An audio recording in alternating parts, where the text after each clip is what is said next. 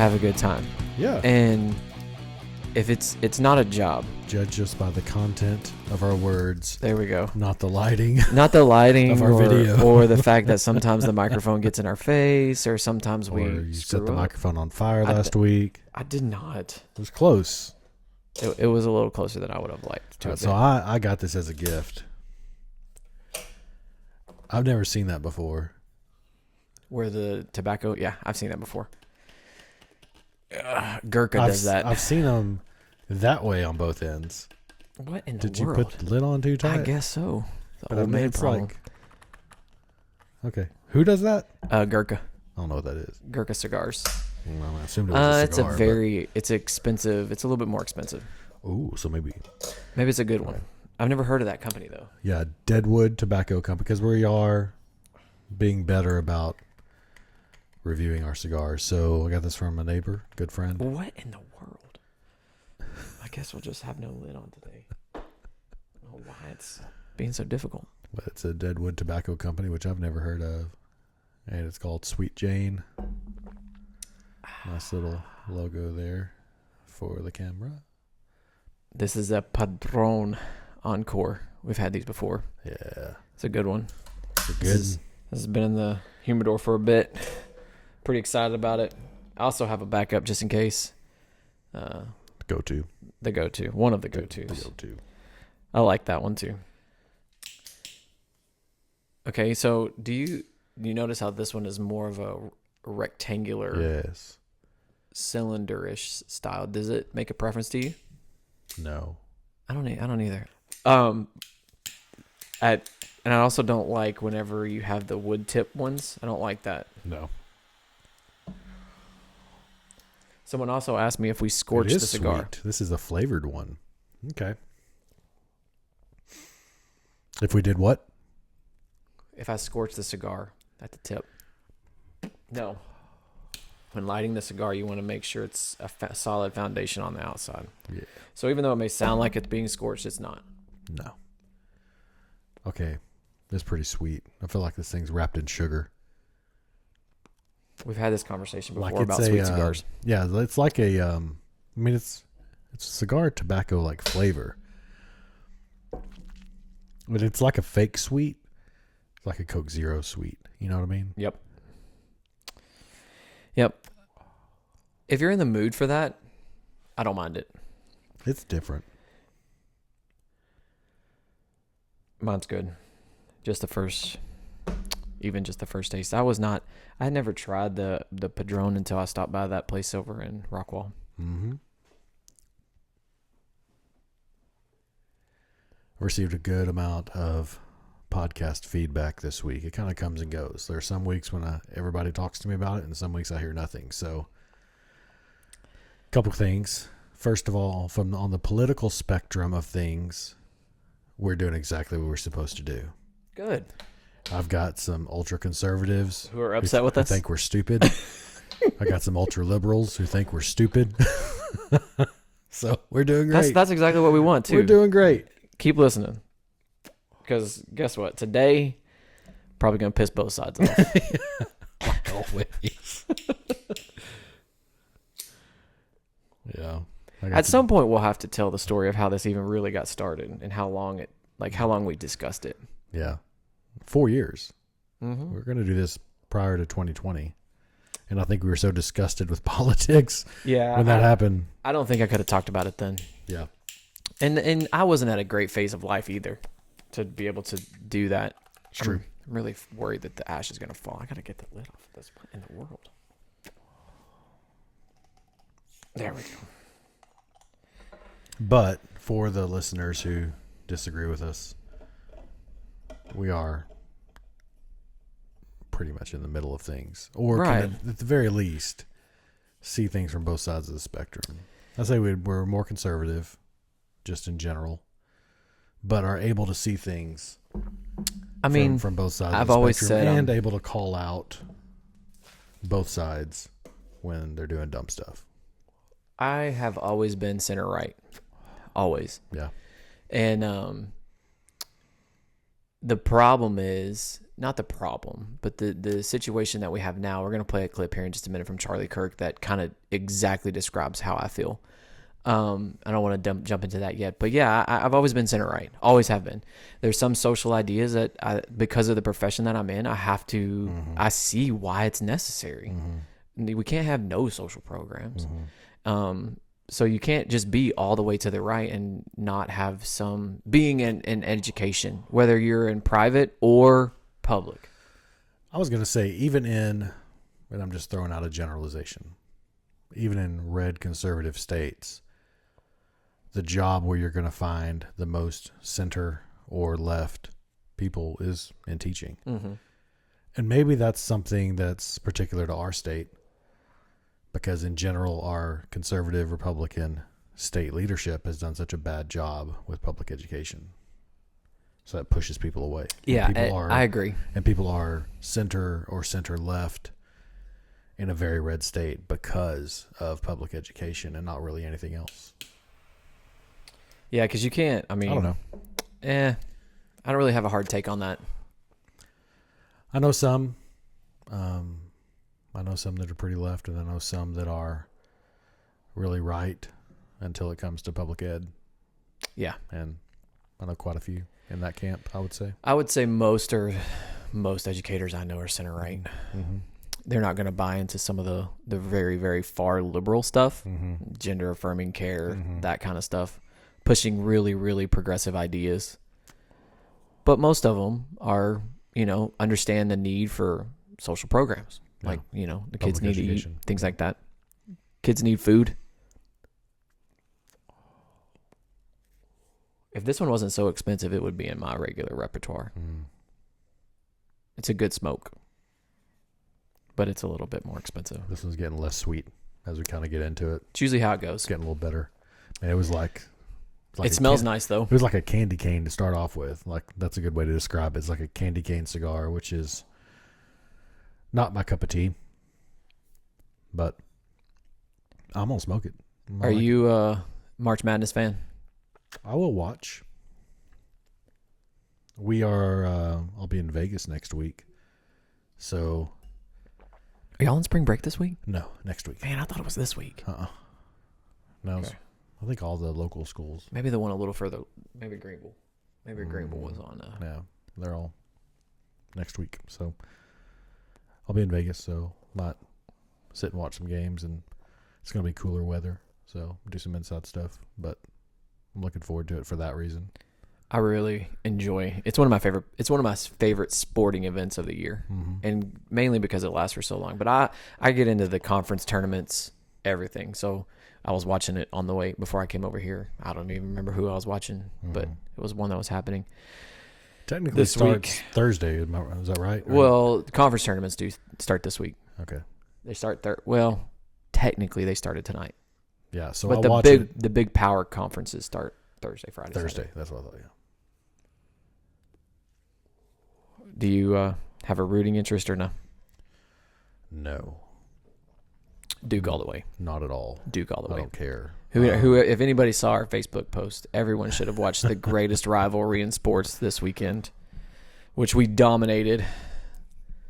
Makes me happy. Who's the rival? I didn't watch. North Carolina and Duke. Oh, that makes sense. I hate North Carolina. Sports hate is strong in my book. I'm also like really big on traditions. Because you care. Because I care. You care. I care about that sport. But like, so I don't particularly have like, I don't care about Michigan State. Not really a big fan here nor there, but I hate Michigan basketball. Okay. Okay. So it Fab Five. makes you like Michigan State. But yesterday, did you catch this yesterday? There was a little bit of a tussle because at the end, I didn't know this until yesterday, but at the end of every senior year, the Michigan State players go out and kiss the floor. The seniors do.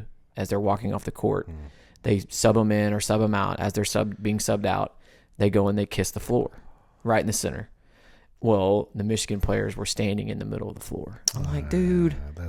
They were like, well, they're freshmen and they may not know. No, they knew. Yeah. They knew exactly what they were doing. I don't have a problem with, I don't know what you call it, the kind of the nitpicky back and forth stuff. But when it comes to things like that, it's like, it's just a tradition. Just let it be.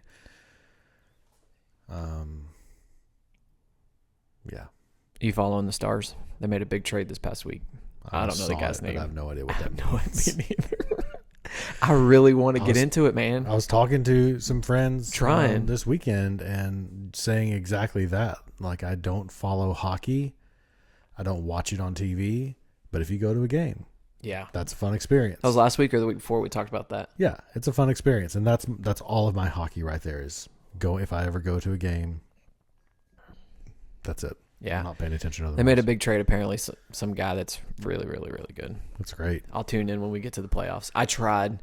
My brother-in-law really We wants should me to pay get better attention because they're a pretty good team. They're pretty good. For Dallas. Like, Yeah. since now both Like, our football and basketball teams stink. Suck.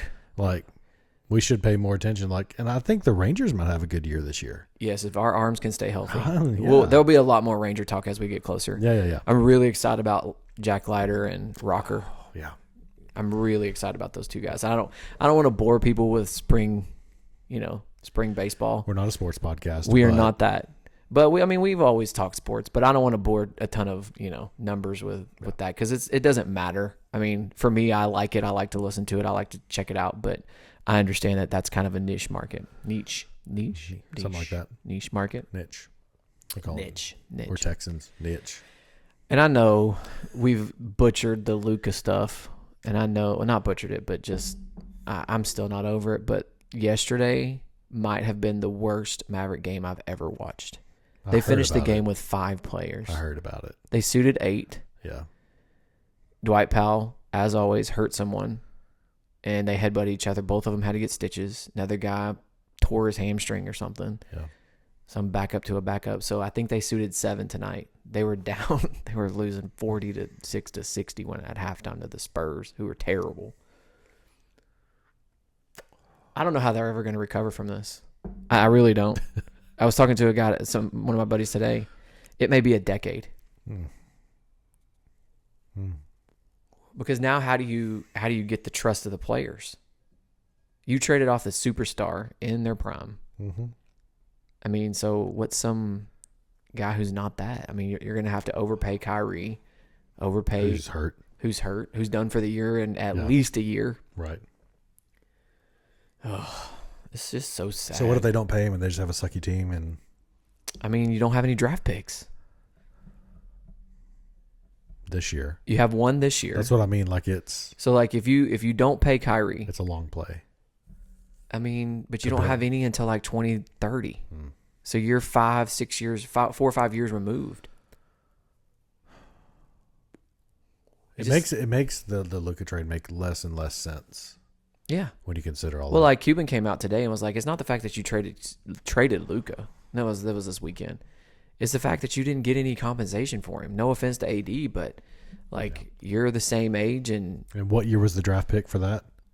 This 29, 30, something like that. Yeah. I mean, so let's say you're bad for the next 2-3 years. You don't even have any first round draft picks to go get. No. Because they're not even yours. They're still wrapped up in the Porzingis trade and all that stuff. It just doesn't make any sense.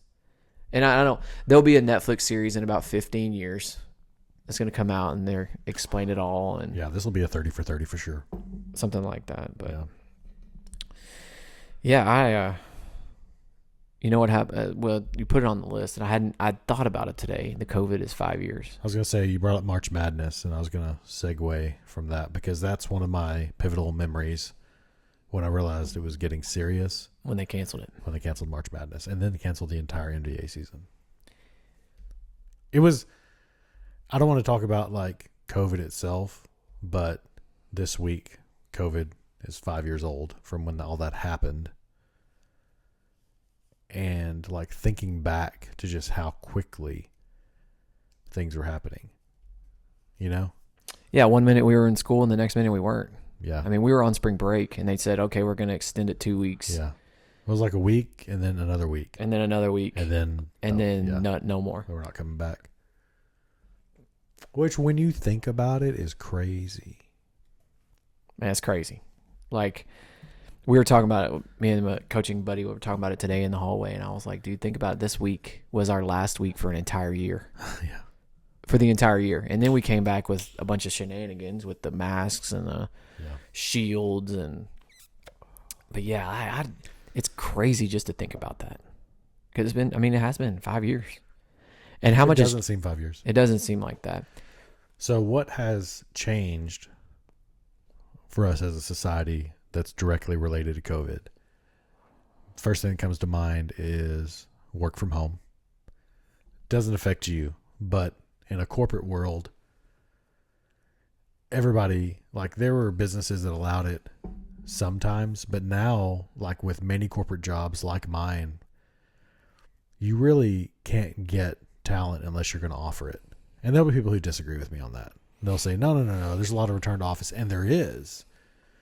But there are people leaving JP Morgan Chase that are talented because of the 5-day RTO.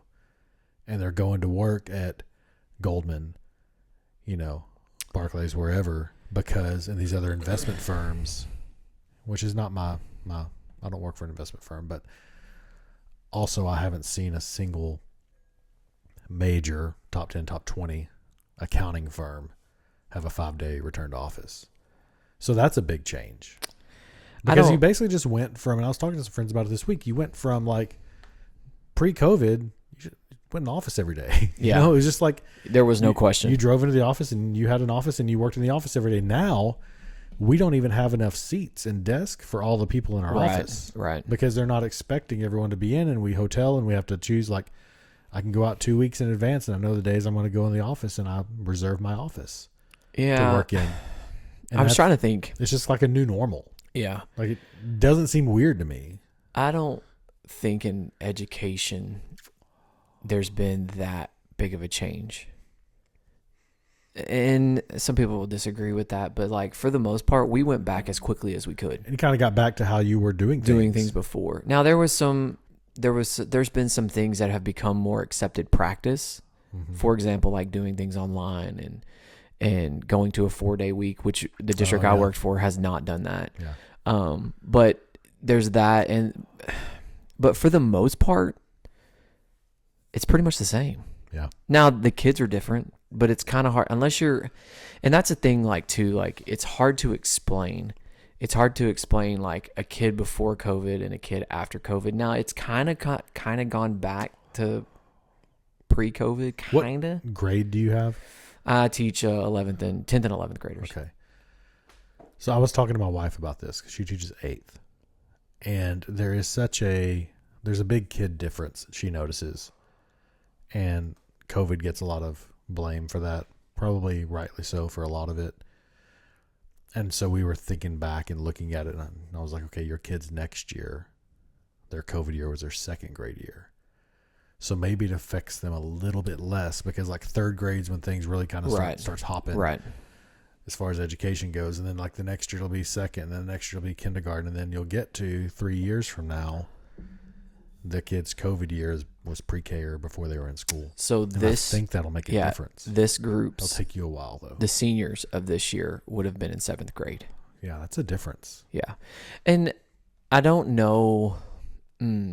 It'll be interesting as that COVID wave comes through, what differences we see. And it's very, very, like if I have a kid that attended the district where has always been in the same district, there's not a huge drop off. What we're seeing though is, and our district does a very good job of like reading levels and making sure, like if someone's falling behind, they're very, very quickly, especially at the elementaries, to get on top of that and make sure that they're checking in with those kids very, very quickly. But what we are seeing is as kids move into the district, whether it's from out of state or in state, those gaps are way bigger than what they were in the past. And I think it's probably less of a gap in Texas, like you say, out of state, because Texas did go back so quickly. Whereas you have some other states that were out of school the next year too. Yeah. California. In Oregon, specifically. Illinois, I had a ton of people are moving here from those states. Correct. So this kind of transitions into what we're going to talk about tonight about Gavin Newsom and Charlie Kirk. So basically what's happening is Gavin Newsom is stepping out and trying to be more open to the concept of bringing people in. Okay, so he starts a podcast this week. I don't know if you got a chance to listen to it. He started one or went on one? No, he started it. Oh, I didn't know that. It's his podcast. It's his podcast. That is genius. And his but he can't run for governor again. So what's he doing? great place. I mean, there's only sir. one place you can go from there. Well, there's not one place you could go to be a senator. He could go be a senator, but they have two kind of newish senators. He's right. He's positioning himself to run for president. I believe. Man, That's just my opinion. That's just my opinion. I don't know. His first interview is Charlie Kirk. Okay, and one of the who won the young vote for Trump. Like, if you don't know who Charlie Kirk is, he has a thing called Turning Point. He's also on the radio and podcast and all of that. And he is credited with going into colleges and winning the younger vote for Trump. Like, and just being and just debating, open debates, in your face issues, sitting in a circle with college students, bringing two to the middle. Correct. And letting them talk out issues. Correct. And so he did it kind of, I would say, like the right way. Like, Correct. Let's talk about the actual issues. Correct. And see how we actually feel about the issues and why. But yeah, that's who Charlie Kirk is. If you haven't, he's a young guy, so he's pretty new on the scene. And he's probably a little more right than me. Like, he's a little more right than me. Yeah. But he is hitting a key point of making sure that he's talking to people who are in their low 30s, early 20s, who are in the universities, who have been swayed, I guess, by this liberal movement that has come through. Okay, and I'm gonna play the clip, and I sent it to you. So let's set it up. It's Gavin Newsom's podcast, which is new. This is the first episode. Oh, episode 1 is Charlie Kirk. Okay. To a broader arch narrative. There you go. Which is important. No, and this, I want to hear this. Which is this, that the Democrats, you guys will tend to view an incident through an oppressor-oppressed lens. Yeah. It's your training. It comes from college. It comes from, we as conservatives tend to view things through right or wrong or just or unjust. And the country is going far more in our direction and away from your... And what the point that he continually makes over and over and over about, and to Newsom, is that you're missing the point of trying to reach these young people. Because a lot of, a majority of people, and this is one of the conversations, how we started today, majority of people view things as right and wrong. Right. There is no oppressed or oppressor in most people's minds. And I would, maybe I'm being overstated, but 80% of people view things that way. Mm-hmm. And the problem is the Democratic Party thus far has only gone after that marginal group of those who feel oppressed. Yeah. So he is constant. What I found interesting though is Newsom, to open the show, he apparently has a 13-year-old kid. I didn't know this. And he's like, "Dad, I have to meet Charlie Kirk. I have to meet Charlie Kirk." So he stays home from school. Gavin Newsom lets him stay home from school. His 13-year-old. So what does that tell you? His 13-year-old's growing up in the Gavin Newsom household and has to meet Charlie Kirk, which is one of the most conservative people out there. That is interesting. Way further right than you or I. Also, sidebar, it proves a point that for the most part, the politicians aren't as far on the extremes as we make them out to be. Correct. Some of them are, 100%. Some of them are. But a lot of these main ones that could make a presidential run are much more center than they come out on TV. It's, they're always running for their primary for the most part. Well, and they're placating to their group. Exactly right. But at the end of the day, a lot of the conservative Republicans are more liberal in their homes behind their closed doors. And a lot of the liberals are more conservative in their homes behind their closed doors. Go ahead. I was waiting for you to finish, and then I held my breath a little too long. And we talked about that a little bit about Ukraine last week. That you have liberal Democrat type wing of politicians saying they want security, they want the war to be over, they want this, that, and the other, but they actually don't. They just want the war to continue. To keep padding those pocketbooks. To keep padding pocketbooks. So you have to, anytime you hear a politician say something, and honestly, this should be general knowledge for anyone.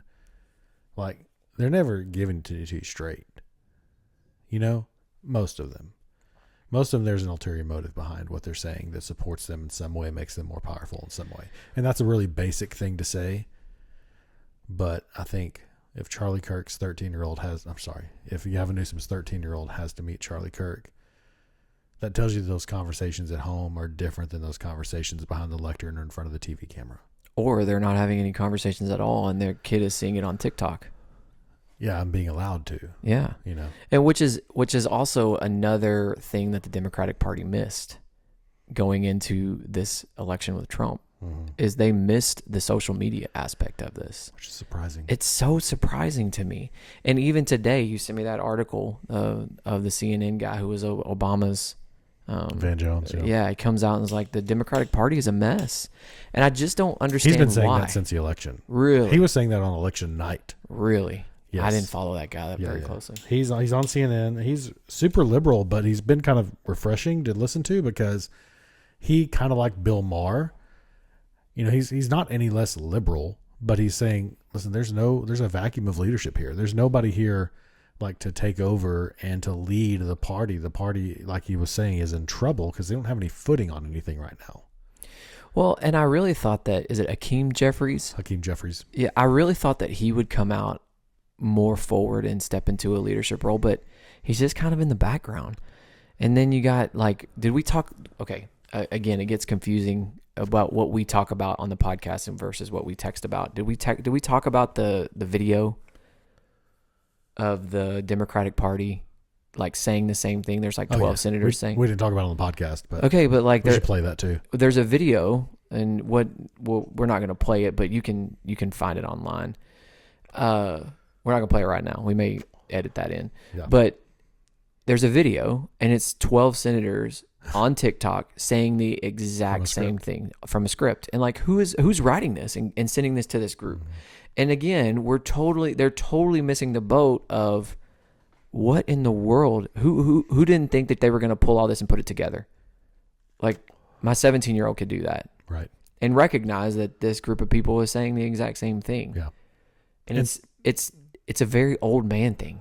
Yeah. Talking points is one thing. And I can understand a party or any group having talking points, but each person delivering those talking points should have their own take on them. Correct. Because they're a leader in or right. saying a curse word exactly the same way in exactly the same phrase. It's weird. It's crazy. Yeah, it's weird. It's weird how the same it is. We'll play it. I'll put it on. It's interesting. Okay. It's hard audio. I'll put it on the video because it is difficult audio because you can't see the different people saying the same thing. But so one of my favorite things about smoking a cigar is the wrapper, the bands. This is a pretty band. I like it. Okay, and smoker's tip. If you really like to keep the bands, you got to wait to get down a little bit further to get hot to melt the glue a little bit. Smoker's tip. Stop it. That's the second one tonight. Cut. So, but anyway, it's very clear that the leadership at the front of the Republican Party on who it is. It's very clearly Trump. Yeah. Which is to be expected Biden, when you have a president in the White House.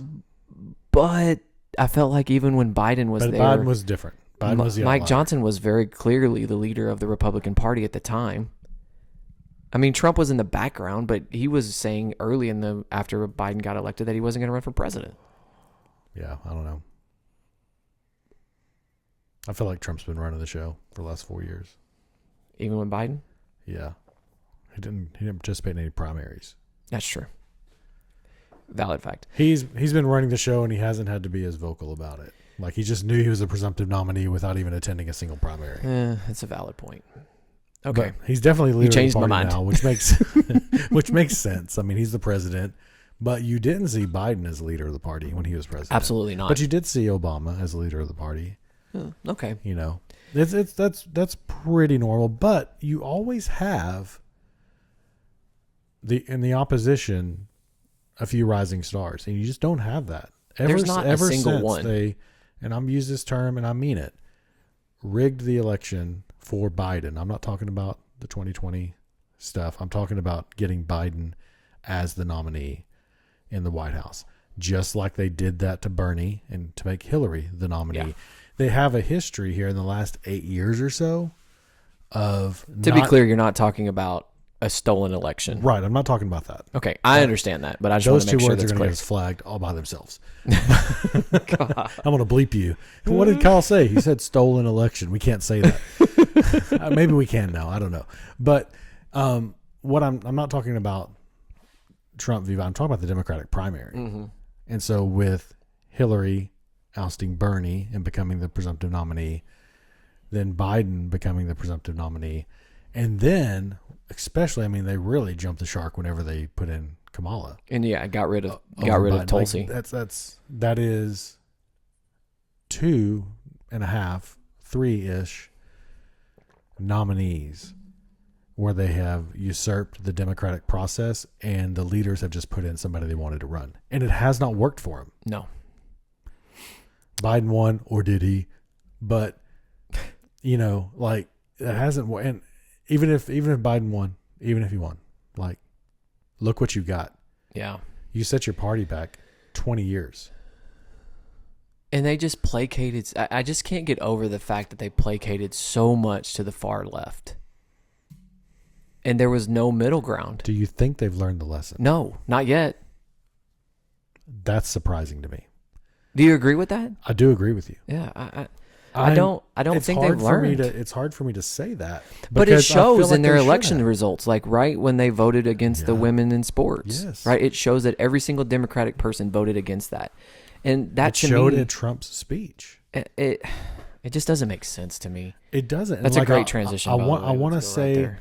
like, I want to jump out and say, yeah, they've learned, just because I want to give them the benefit of the doubt. Like, how can you not see, like we're saying, Van Jones, very much a Democrat, very much a liberal, key person in the Obama White House, is saying the Democrat Party is lost. Bill Maher, 100% liberal, super liberal, talk show guy. Forever, Or Jon and ever, Stewart. Jon Stewart, same forever thing. and ever and ever, through many, many presidents, saying Democrat Party, you got it wrong, you lost, you're still talking about stuff you shouldn't talk about. Like, these people see it, but it's almost like, even if the Democrat Party, and I'm talking about the actual politicians, see it, they don't know what to do to get away from it. They don't know how to be different. And this is something that I have learned as I've gotten older, right? I think that the idea, I can't remember who I heard talk about this. It may have been Jordan Peterson. It may have been a guy like that talking about being married to your ideas. Don't be married to your ideas, right? Always be open to listen to someone say something to what you have, whatever their perspective is. Now, I can say, yeah, I don't agree with that at all, and here's why, or I don't think I agree with that, but let me think on that a little bit longer, because especially when it comes to political ideas, like after I had kids, my perspective on things changed. Yeah. After major life events, your perspective changes. Right. Regardless of, but as you get wiser and more experienced, you kind of get stuck in your ways, but you have to be at least open to your ideas, open to new ideas, because especially with like the invention of AI and technology, and as things change, you can't be married to them. Yeah. Now, you can always be kind of stuck in your way if you want, but that's not going to be the way to go. And it shows exactly what you just said, like for the fact that they couldn't even stand up for the little boy who survived brain cancer. Yeah. You can't, I mean, at the Senate Congressional, now it was not the State of the Union, correct? It was not. It was I wrote it It's down. just a joint session of Congress. Because you have Congress to be address, in right. office for at least a year to give a State of the Union. They don't figure anybody should come in 2 months into the job and get less than 2 months into the job and give a State of the Union. So it's technically, and nobody ever cares about that, but it's technically a joint session Right. of Congress. And not kind of, I feel like to me, if it's a joint address to Congress, the absence of certain ones isn't as big a deal if it's a State of the Union.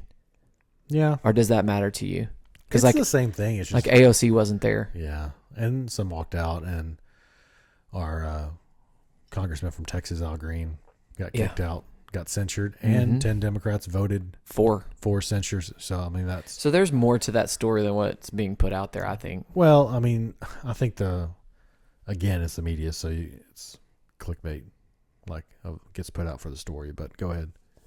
I just, and like the fact that they couldn't stand up for the boy with cancer, the fact that they couldn't stand up for Riley Gaines, is that right? The fact that in several of the things Lincoln Riley's family. Okay, you're right. The lady who was killed by the illegal immigrant. College student. UAB. It doesn't make logical sense. No. And you keep hearing, I can't remember if it was Trump or I listen and read so much, just the idea of just common sense. Like, it's a kid. Yeah. And this shouldn't matter. It doesn't matter to me, but it's a black kid. Yeah. Like, you can't even stand up and clap for that. Yeah. And you because Trump did it, they can't do it. But why? Again, we've talked about this multiple times. Why? That's what I mean. Like, in the past, okay, back in 2016, I would have expected that, even as horrible as it is.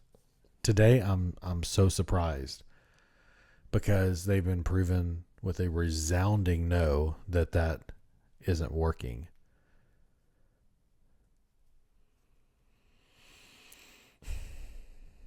So, I mean, here's the blueprint, Democrats. Go back and listen to all of Obama's speeches. Make that your platform. Stop with all the fringe issues. Those people are going to vote for you anyway. Like, just saying, right? And there you go. And maybe that's what Gavin Newsom's trying to do. Maybe. And that is surprising to me. It'll be interesting to see. That is a big play for him to start a podcast. And it's very. How many sitting governors have a podcast? I've never heard. I don't know. Probably not very many. Probably not very many want to be president, though. True. But thoughts on the address to the Senate and the Congress. I thought it was a typical Trump speech. It's very typical Trump. I thought it was very. Plenty of exaggeration. Yes. Plenty of almost truths, which is fine. I mean, I don't have a problem with that. Plenty of wild statements that are never going to happen. Correct. Although, I really never thought Gulf of America was going to happen, and it did, so maybe. But there's a lot of executive order talk, a lot of DOGE talk. The CBS poll said that it was favorable.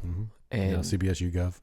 So and the majority of Americans favored the speech, which, again, Democrats pay attention. Yeah. As much as you hated that speech, as Trumpy as Trump as that speech was, the majority of the country said they liked it. I think that's a CBS YouGov poll. I was about to say that CBS poll was pretty. They lean lefty. Yeah, and a little bit more lefty. Yeah. And so it just flabbergasts me sometimes because I just don't understand. Like, even prior to Biden, I'm going to exclude Biden's presidency. When you look back and you look at Obama's policies and you look at Clinton's policies prior to that, like, okay, I may not necessarily agree with it, but at least I can understand the direction you're trying to go. Okay, Affordable Health Care Act. We all knew that there had to be something done. Yeah. Everybody, I think most people in their right mind would agree that something had to be done. Now, is that the move that I think he should have made? Probably not.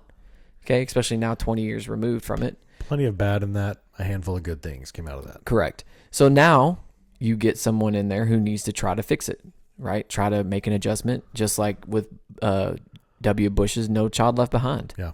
Right? We needed to have a dramatic, radical change in education.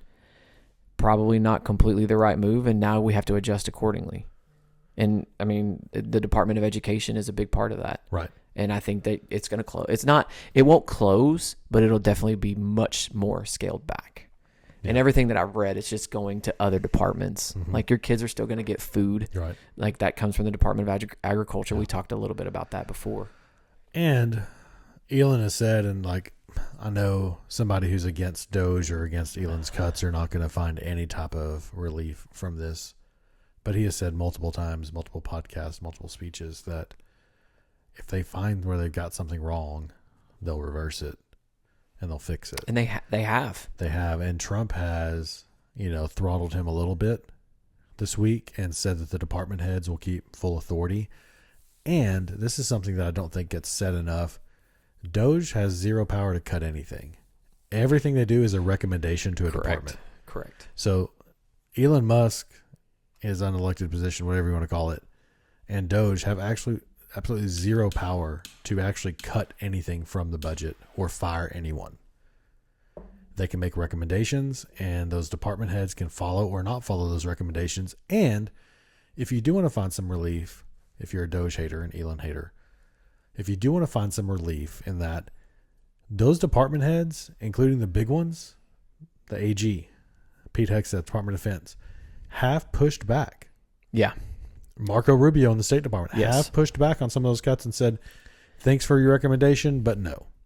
Well, and that's their job. And that is exactly how it should be. Like, that's how a company should work. Like, you know, you work for a school, I work for a corporation, and we all have different ideas.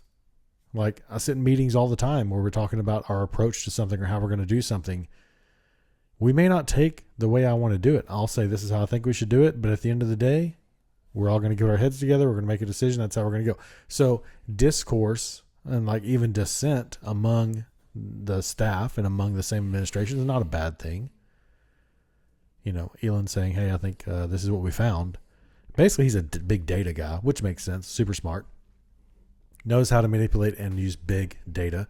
So we can say, you know, in this data, this is what we found. Hey, Social Security people, you know, there's thousands and thousands of people who are listed in here as dead.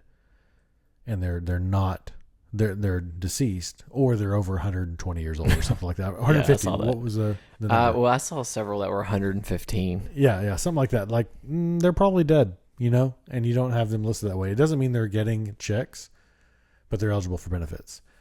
You had, I saw this week with the COVID relief loans, a huge amount, a few thousand, I think it was, or maybe more than that.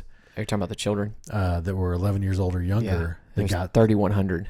Okay. They got those COVID loans as kids, like elementary age kids. Right. Like, you can say, hey, we found this problem. Now, there's nothing you do about that. Right. I mean, that money's long go gone. after them for fraud, but you're not going to get anything from it. But it is a wake-up call to how that process works. And so they can make recommendations, but the department heads still have final say over what happens. And as it should be. Yeah. As it should be. My favorite part of the speech, though, of the night, was the signs. Yeah. In my mind, I mean, I put it in the notes. My mind immediately went to late 90s, early 2000s WWE signs. Yeah. And, like, I just couldn't get my mind off of that. Like, we can't, you're recycling something now. Come on, guys. Let's be a little more creative than that. It's just attention grabbing. I know. But, like, come on. I don't even remember what some of the signs said, but it was just stupid. One of them said false. One said lies, like things like that. It was like when he would say something they thought it was a lie, they'd hold their sign. Yeah, I really wish, excuse me, I really wish our boy Fetterman would have held up like an Austin 316 sign. Yeah, he would have fit. Right. He would have fit in. He would have. Do you like the more British style parliament yelling over people? And me personally, yeah, no, I don't either. No, and it's always been a part of it. I want people to have good dissent and good debate, but like the way they do things and just yelling over each other, and like when you see, I don't know how often that happens, but when you can just Google like British Parliament argument or debate, that happens a lot over there. It's loud, you know. It's very loud, and it's also a much smaller space. The House of Parliament is very small in terms of scale with the amount of people in a small space. Mm-hmm. So it's a little bit different in terms of like the size of it. But yeah, I don't like it. We established this a couple weeks ago. I don't like it when adults yell at each other. Mm-hmm. Nothing ever positive ever comes from that. Yeah. How do you gauge the pulse of the country?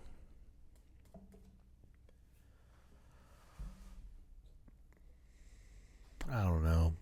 I mean, I think, honestly, the only way to do that is to really see where the rubber meets the road and like with elections. Because That's what fair. the media tells you is not true. I don't care who they are trying to sell advertising. And the more people who will tune into them, this is a thing we didn't get to it. We moved on. But it's another change from COVID is media became more sensationalized.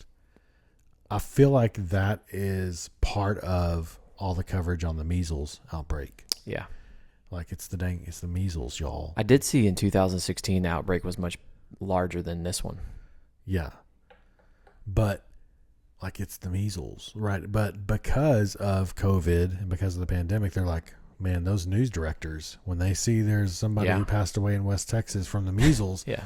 buddy, we are jumping on this. It's going to be wall-to-wall coverage. It's the same thing with weather.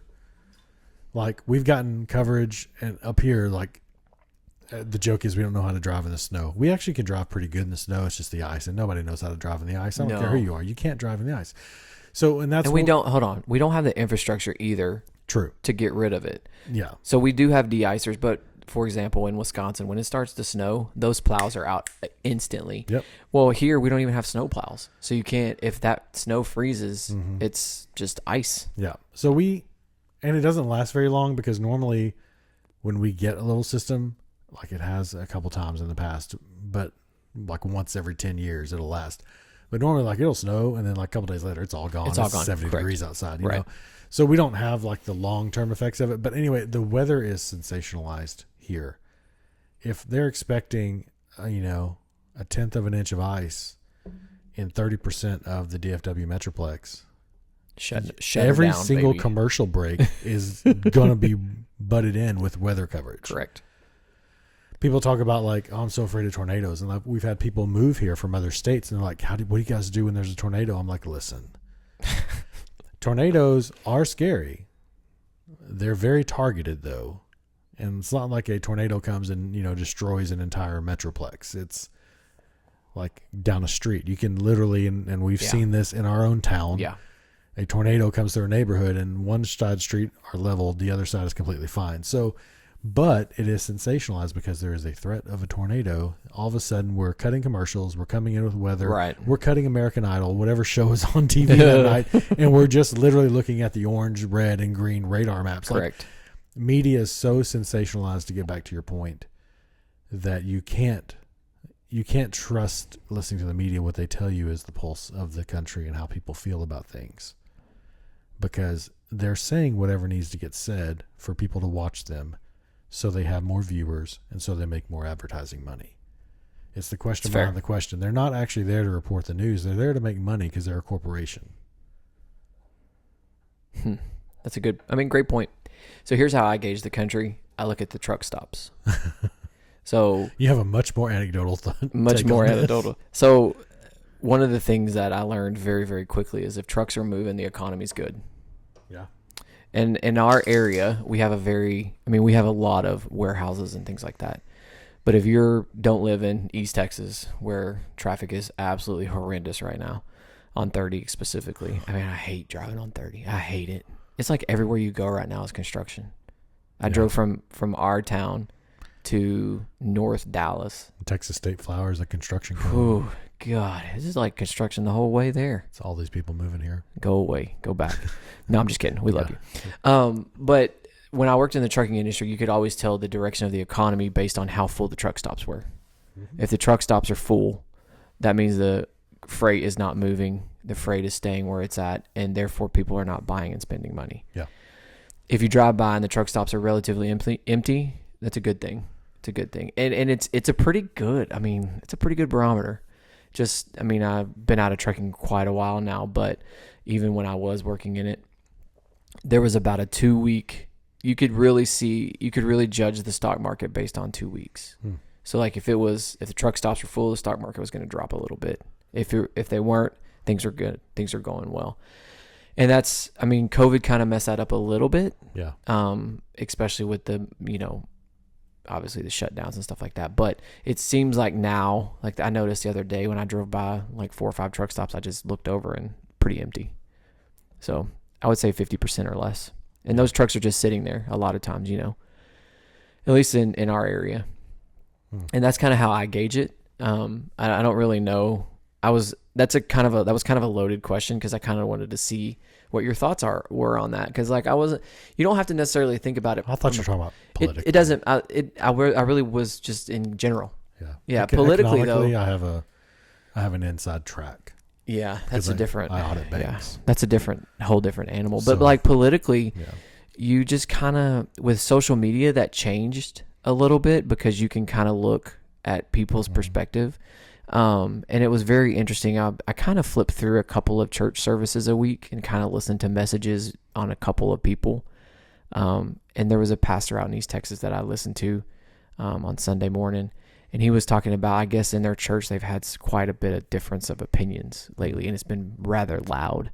And so he spoke out against it. And he was like, look, guys, you can have difference of opinion in politics, but that doesn't mean you hate each other. Yeah.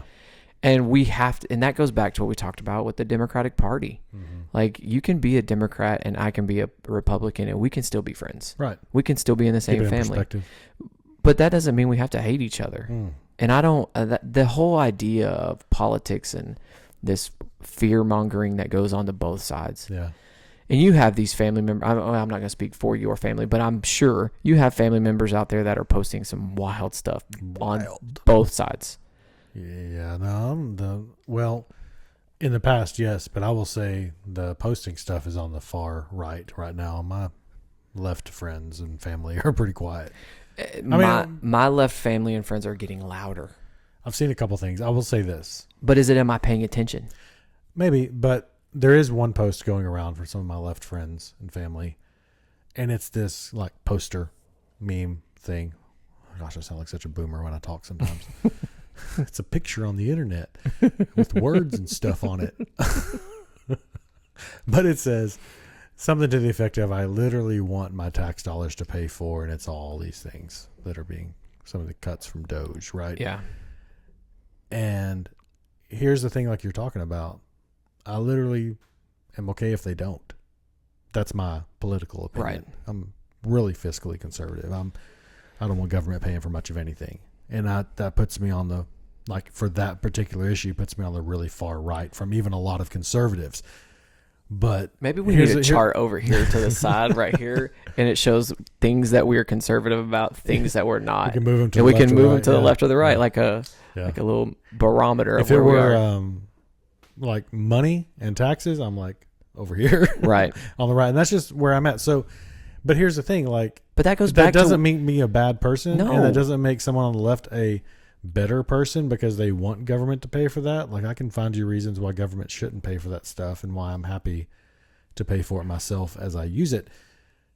But the thing is like, it got to a point where when you disagree with that, then you don't care about those things. I care a lot about those things on that list. Yeah. But government doesn't have to pay for them. We got this idea, and like, we just need to go back. Like, it's not but 100 years old, a little over 100 years old, to even have an income tax to really explode and grow government to the way it's grown today. And I just don't think, like, I think we can ramp that back some, and that doesn't make anyone a bad person if they want to rein that in. Maybe not as much as me, but want to rein that in some. Well, and like the tariffs right now, the big thing is with Canada and the forests, right? First off. And here's where I'll say that this is a thing where I think Trump's got it wrong. And here's a very specific thing. Like, I'm not saying that tariffs are wrong. We've talked about tariffs some and their uses and what they can be used for. And we've said, it's going to be more pain before you see the benefits. Right. We've talked about that. But here's the thing. It's baby steps. It is. But, corporations that are bringing in either raw materials or whatever they're bringing in from Canada, Mexico, China, wherever, they months ago, maybe a year ago, maybe more than a year ago, created a contract with their suppliers and with their customers, both for the raw materials coming in the back door to go out the front door as finished goods. They have contracts with pricing built into them. And so by jumping a tariff on it right now, like, you say you're getting a product, a raw material from Canada, or we get aluminum from Canada. And lumber from Canada. Like, there are contracts that corporations have right now based on those lumber prices pre-tariff. Correct. That are still in effect. They're having to honor that can take a business and put them under, so there's got to be some type of grace period. And I know Trump wants to act fast. He wants to do it now. And he wants to say, if, Trump probably feels like if he said, all right, in a year, we're going to have a tariff, then no one would care. Right. Because it's a year away and it doesn't have the impact of now. But you've got to think about that. And that's where I think that with the tariff situation, that's where the administration has it wrong. Like, you have American companies, and say you want to bring more lumber and timber production from the U.S., and where we don't get it from outside the country as much. okay, Canada's got a lot of forest, man. I don't know. That looks like a pretty good place to get it from for me. Well, and we don't have a ton of the lumber that comes from there here. And most of it is in national forests. So now they're all worried, well, if Doja's going to cut the national parks funding, are we going to now start taking those national parks? I don't buy that for even an ounce of a second. The amount of tourist money that goes into a place like Yellowstone, which is where they would have to go, Not a place only like that. That's the national parks are set aside by Congress. Correct. So And that can't. That's. I mean, Congress could vote to not do it, but And he said, that's not and going to happen. what Trump said is he said that, we need to start, getting our own lumber mills here. We need to buy American lumber. Well, that's a Trump doing a Trump thing. Yeah. I mean, because that's what he does. He says some ridiculous things that he has no intentions of doing. Mm-hmm. Now, I don't know. I haven't read far enough into the tariffs on Canada to see if it's if it's Canadian lumber is being tariffed. I don't know. Some of that already has tariffs on it, and I don't know what it is for lumber, but like there's already Canada already imposes Correct. sell side tariffs on those things to protect their output. And so whatever Trump adds with this first 25%, but then if he stacks another 25 on top of it, I understand what he's trying to do. I understand the use of a tariff, but there has to be some lead time to where these contracts can be adjusted. Otherwise, you're going to have companies having to sell their finished good product for and they run small margins. So, dadgum, 25% That's a lot. on your raw goods. That's a lot. Anybody who's running a business knows this. So even if you're a conservative person, which a lot of business owners are, you got to think about that. And you got to be able to look back and say, man, I love a lot of things Trump stands for. And I love what he's trying to do with this America First agenda. You can say that, but as a business owner, think about it. And a lot of them are being affected by it. Even if you're not being affected by it, think about if your raw materials cost went up by 25%. Cuts into your profit. It does. And even if you pass it on to the consumer, volume's going to drop. I mean, you think about the price of lumber and how that changed in 2021 because of COVID and supply. That was a supply chain issue. We built this house in 2021. It was a bad year to build a house. Thankfully, though, I remember you telling me about this. our builder honored our contract. But you had sheet goods, plywood, tripling in price. And sometimes even more. And there's a lot of plywood on a house. Even more sometimes.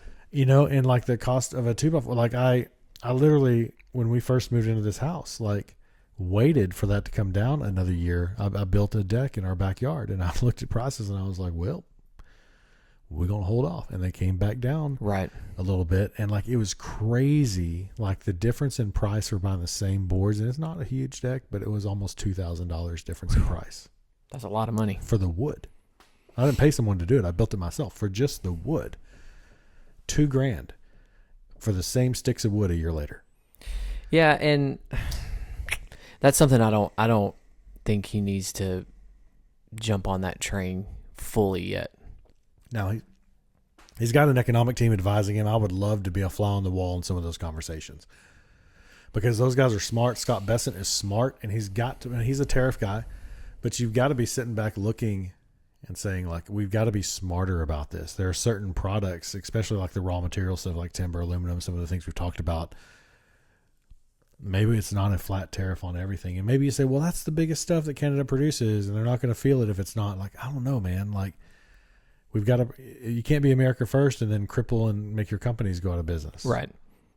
There's got to be some nuance invest here. in all this infrastructure and then not being able to purchase the goods to even build that infrastructure. Yeah, there's got to be some nuance there. But I just, I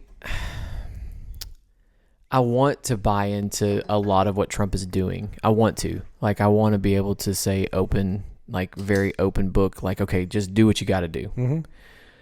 But when we start talking about that style of tariff and that style of governing, I can't fully jump in with both feet. Yeah.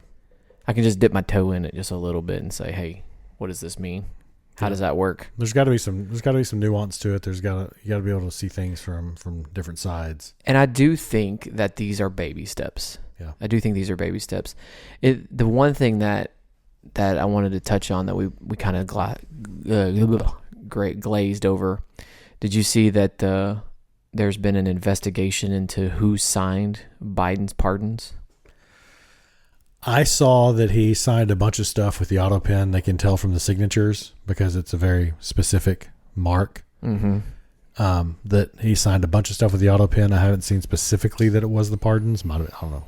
I haven't seen it'll that. be interesting to see how that all plays out, or if they just leave it alone. I mean, I think anything he signs with the auto pen, like there's got to be some backup that he approved it, because presidents sign things with auto pen. Yeah, But you wouldn't think they'd be signing like really big important stuff. like a what pardon. would be interesting is Like if a pardon. if he signed all the other pardons with the auto pen, but like the one for his family, he actually signed. Oh, I didn't think about that. I don't know. I did see that Hunter Biden's filing for bankruptcy because he can no longer afford to keep that up. Yeah, Man, it's a wild time. I'm happy. I like it. yeah. I just think that we have to get back to where Gavin Newsom or Charlie Kirk in that interview, they talked about how it's good for the country to where if you're going into a presidential election, you're not really sure who you're going to vote for. Mm-hmm. Like, that's a good thing. And I don't feel like the last three have been that. Yeah, well, I feel like also you talk about being a wild time, like what we have seen in this nearly, now not quite, but next week, nearly 2 months of a presidency has been a lot. Yeah. And I have a theory about this. I feel like Trump jumping out and doing all these things serves a different purpose. And that's the thing. Like when Trump does something, he has other purposes and things other behind it to that he has, the motives that he has, right? And everybody does, and that's no big deal. But I feel like that he is doing so much that he is putting Congress in the rearview mirror. Yeah. And now people can look at that and be like, oh my gosh, he's doing all this stuff without Congress. I think he's doing that to push Congress along. He's pulling them along. Because Congress agree. is not in the spotlight. And normally they are. Normally in a president's first 100 days, it's what did you get done through Congress, which is usually not a lot because Congress is slow and doesn't move very efficiently. So I think Trump is moving and shaking. He's doing all these appearances, doing all these interviews, answering these questions, these executive orders. Doge is active. And like, what have you heard that the Congress and Senate has done? Nothing. In these last 7 weeks? Nothing. And so they've got to be looking back and seeing like, man, we are not getting any airtime. You know, we had to go hold up signs at a joint session and raise our cane and shake it at the president at a joint session to get any type of coverage of what Congress was doing. Like in the past week, that's what you've seen that Congress has done. So I think it pushes them along to be like, they've got to get out there and get in front of things and start making things happen. I think what Trump is doing on the administration side is going to push Congress to want to get some of that spotlight back. Yeah. And actually get things done, which is good because the government's about to run out of money this month. So well, and those single bills, did you see that too? They're trying to push the bills will be single bills, and we won't have these 1,500-page bills, which I think is a great thing. Yeah. I don't know why we got away from. I mean, I know why we got away from that. Hold on, pause. I know why we got away from that, so that way you can stick all the pork in there and nobody can read it. But it'll be interesting to see if Mike Johnson pushes through more single bill stuff. Yeah, I think that's going to be his take on things. So, how'd you like your cigar? Man, it was good. I liked mine. These are good. Too flavorful, or it went away as you went on. So, like at the beginning, it was like a candy cane, but then it kind of went to a normal cigar. Had good flavor. So, it says, "Oh, this was the Sturgis Limited Edition." I meant to ask you, what's the flavor? So, vanilla. It kind of smells vanilla-y. I'd say more like pepperminty candy cane. Really? Deadwood tobacco. It was good. I don't think I'd like that. Yeah, probably not. All right, man. Have a good week. Good job,